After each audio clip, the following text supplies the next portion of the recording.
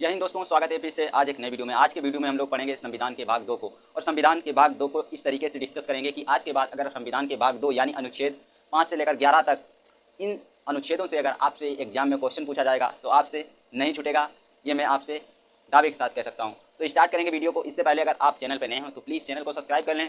चलिए वीडियो को स्टार्ट करते हैं बिना देरी के। तो देखिए फ्रेंड्स, आज हम लोग डिस्कस करेंगे संविधान के भाग 2 को। तो संविधान के भाग 2 को हम लोग डिस्कस करेंगे। संविधान के भाग 2 को डिस्कस करने से पहले कुछ पॉइंट्स को हम लोग डिस्कस कर लेते हैं, और ये पॉइंट्स आपके एग्जाम के लिए बहुत इंपॉर्टेंट हैं क्योंकि यहाँ से क्वेश्चन पूछे भी गए हैं। तो देखिए फ्रेंड्स, संविधान के अगर भाग 2 को पढ़ने जाएंगे तो भाग 2 के अंदर क्या है, भाग 2 के अंदर उल्लेख किया गया है नागरिकता का। और नागरिकता का उल्लेख कितने अनुच्छेद में, अनुच्छेद 5 से लेकर 11 तक। क्वेश्चन पूछा जाएगा कि नागरिकता का उल्लेख, भारतीय नागरिकता का उल्लेख किस अनुच्छेद के अंतर्गत किया गया है। तो अनुच्छेद 5 से लेकर 11 तक जो है वो अनुच्छेद नागरिकता का उल्लेख किया गया है। नेक्स्ट पॉइंट है हमारा कि आपसे क्वेश्चन पूछा जाएगा कि भारत के अंदर किस तरीके की नागरिकता का प्रावधान है। तो भारत के अंदर एकहरी या एकल नागरिकता का प्रावधान है। और ये क्वेश्चन पूछा जाएगा आपसे कि ये एकहरी या एकल नागरिकता का जो प्रावधान है वो किस देश से लिया गया या किस देश के संविधान से लिया गया है। तो ब्रिटेन के संविधान से लिया गया है।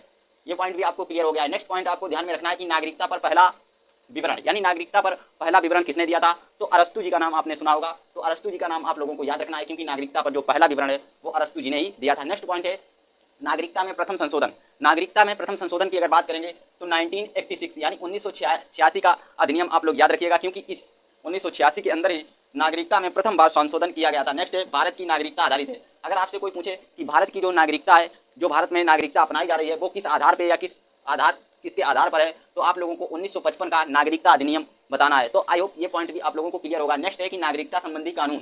नागरिकता संबंधी कानून बनाने की शक्ति किसको है।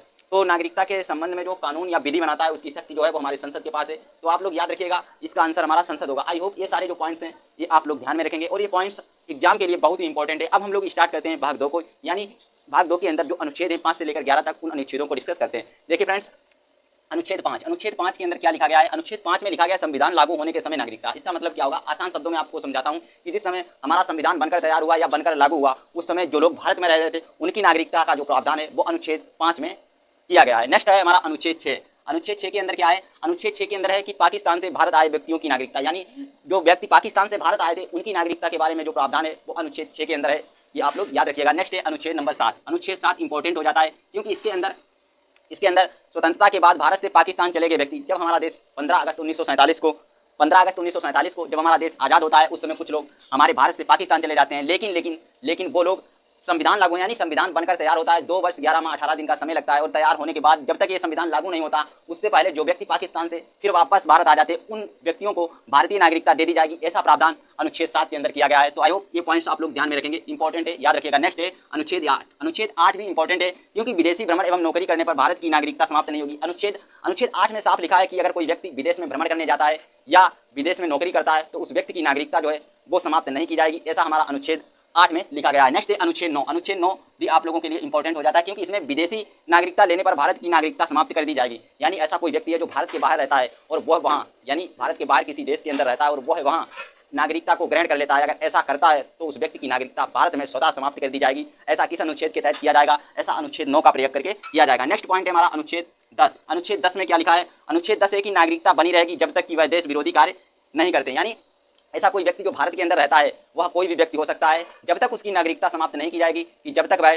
देश विरोधी कार्य नहीं करता है। तो आई होप ये आपको क्लियर हो गया। ऐसा किसमें लिखा है, ऐसा अनुच्छेद 10 में लिखा है। नेक्स्ट है अनुच्छेद 11। अनुच्छेद 11 के अंदर लिखा गया है संसद को नागरिकता संबंधी कानून बनाने की शक्ति। यानी अनुच्छेद 11 में बताता है कि अगर नागरिकता के संबंध में कोई कानून बनाना है या कोई बदलाव करना है तो ऐसा कौन करेगा, ऐसा संसद करेगी। यानी संसद को यह शक्ति है कि वह ऐसा कर सकती है। नेक्स्ट स्लाइड पे हम लोग देखेंगे। देखिए फ्रेंड्स, ये थे हमारे अनुच्छेद जो हमारे भाग 2 के अंदर 5 से लेकर 11 तक अनुच्छेद है, उनको हमने डिस्कस किया।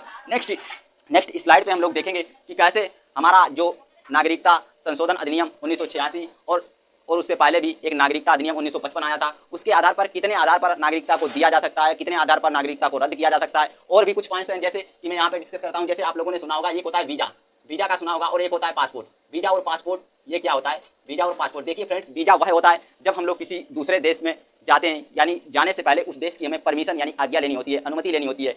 तो वो जब वह देश वहाँ आने के लिए अनुमति दे देता है उसे हम लोग वीजा कहते हैं। तो वीजा आप लोगों को आई होप समझ में आ गया होगा। नेक्स्ट है पासपोर्ट। जब हम लोग अपने देश से किसी दूसरे देश में जाते हैं यानी विदेशी देश में जाते हैं तब भी हमें अपने देश से भी अनुमति लेनी होती है। जब हमारा देश अनुमति देता है तो उसे हम लोग पासपोर्ट बोलते हैं। आई होप ये दोनों पॉइंट्स आपको